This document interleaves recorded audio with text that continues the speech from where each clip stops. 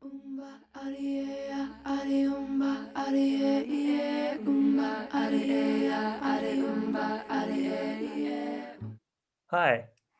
I'm Fredrik Lloyd. I'm a poet and writer. I've been a writer all my life. I'm in my 50s now.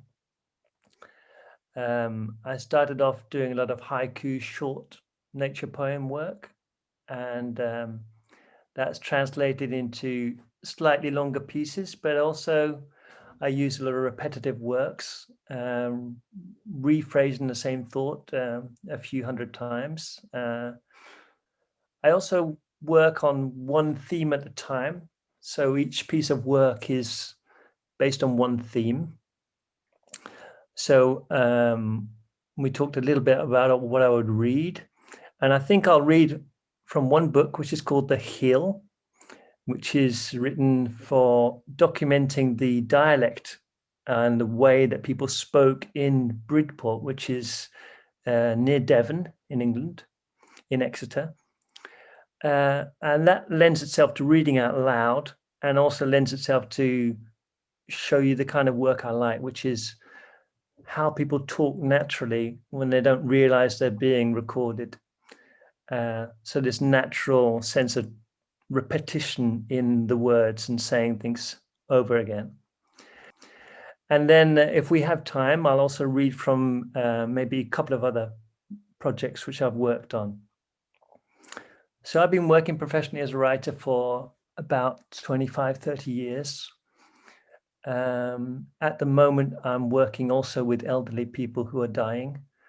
And that's also an important part of my writing. So I try and work with people as much as possible and not just isolate myself in an office. But we'll see what happens on Friday. It'd be lovely if you join me. And I look forward to seeing lots of old familiar faces too. I like a lot of my work. I like to repeat things again and again in different, slightly, shades of, 50 shades of Fredrik, basically. So, and that started out from when I was really young, in my 20s, when I was writing a lot of haiku work. And I would be writing 10 or 20 poems about one rock or one plant or one tree. And I wouldn't do any editing. I would just be writing whole short pieces, but many pieces from many angles of points of view on the rock. And then I would just choose one of them to be in the collection. So normally when I was writing poetry collections, I'd aim to write 300 poems and then cut them down to 100 for the book. So that's kind of how I started out. And that's led to me doing a lot of, so the titles are basically kind of the women 02, and somewhere there'll be the women 03, 04, 01, 08, however many women there are. This one's called the women 02. The women were very smart, but they couldn't help it. When the hill came and sat down with a thud, their hearts went out. One by one, over the years, as jumpers stretched and buttons tumbled, they all but fell in love.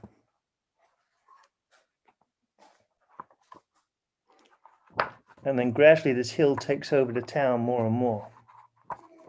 And they start blaming each other for it. And some of them, fall in love with the hill.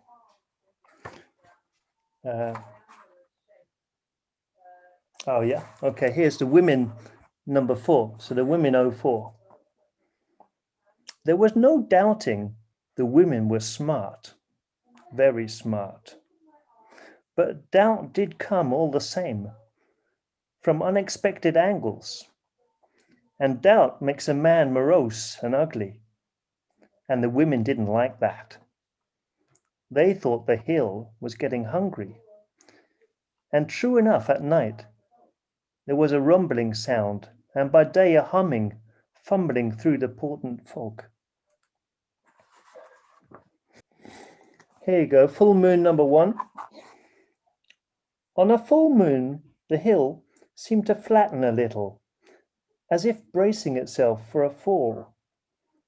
Some said that on such a night, with your ear to the path, you could hear the sound of fish splashing, though not everyone by any means heard that.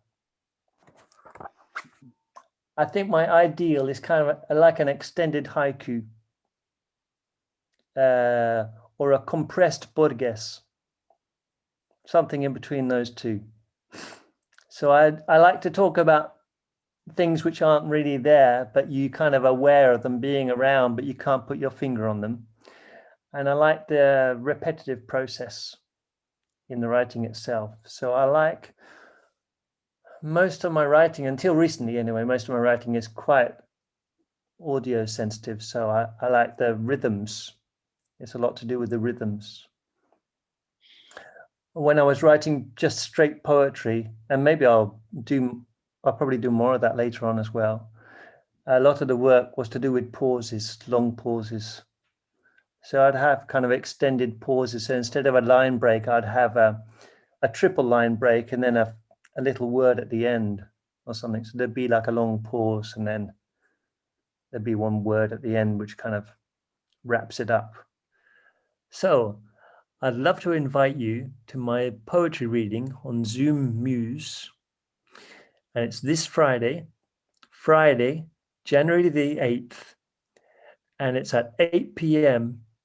European Berlin time. I hope to see you there.